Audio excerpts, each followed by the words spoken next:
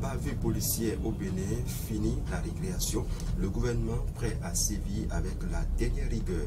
Édition 2024 de la rencontre des entrepreneurs de l'économie sociale et solidaire. Des assises pour bâtir un modèle économique inclusif au service de l'humain et de la nature. La Nation, étude du projet de loi de finances gestion 2025 au Parlement.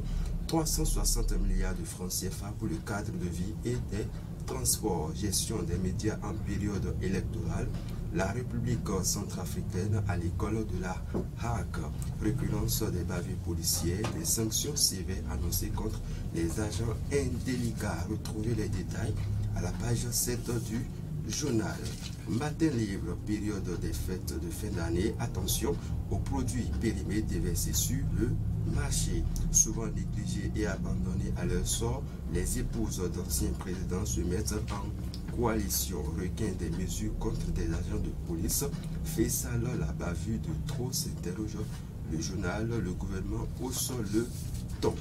Le potentiel fouille tous azimuts et bavure policière. Alassane Seydou annonce des sanctions contre les flics indélicats. Examen des budgets sectoriels devant l'Assemblée nationale.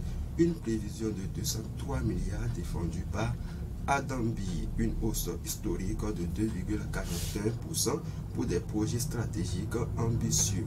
De grandes réalisations en vue de renforcer l'autonomie énergétique et l'accès à l'eau potable.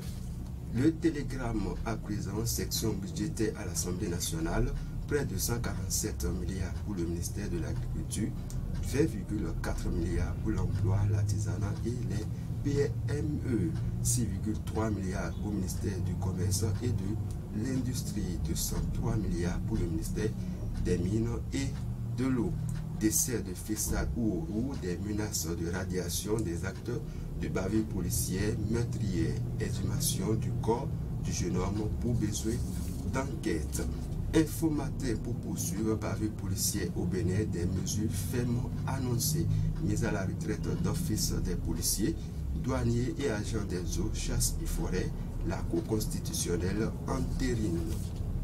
Bénin intelligent. Bavure policière croissante, levée des boucliers, le gouvernement prend la question au sérieux. Budget 2025, une baisse de 12,44% chez Donato. L'événement précis, suite à une série de bavures policières, de fortes sanctions contre des policiers, le gouvernement met en garde les flics récalcitrants. Mobilisation pour une adhésion politique autour de l'audit du fichier électoral.